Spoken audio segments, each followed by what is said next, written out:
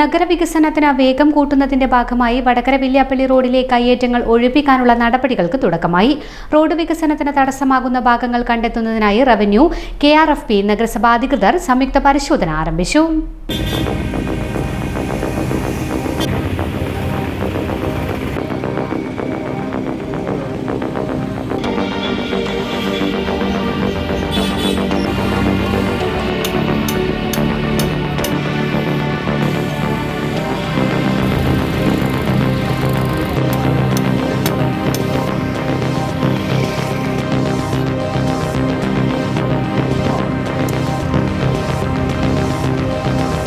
KRFBയുടെ മേൽനോട്ടത്തിൽ നടക്കുന്ന വടകര വില്യാപ്പള്ളി ചേലക്കാട് റോഡ് നവീകരണത്തിന്റെ ഭാഗമായാണ് നടപടി. റോഡിന്റെ വടകര നഗരസഭാ പരിധിയിൽ വരുന്ന ഭാഗത്ത് ഇരുവശങ്ങളിലും വ്യാപകമായ കയ്യേറ്റങ്ങൾ ഉള്ളതായി നേരത്തെ കണ്ടെത്തിയിരുന്നു.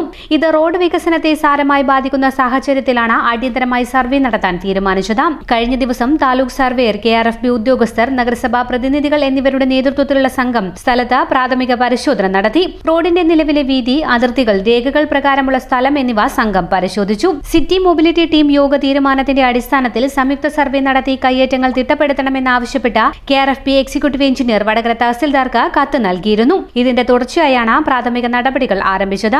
വരും ദിവസങ്ങളിൽ വിശദമായ സർവേ നടത്തി റോഡിന്റെ അതിർത്തി പുനർനിർണയിക്കും. തുടർന്ന് കയ്യേറ്റം നടത്തിയവർക്ക് നോട്ടീസ് നൽകുന്നതുൾപ്പെടെയുള്ള നിയമപരമായ നടപടികളിലേക്ക് റവന്യൂ വകുപ്പ് കടക്കുമെന്ന് അധികൃതർ അറിയിച്ചു.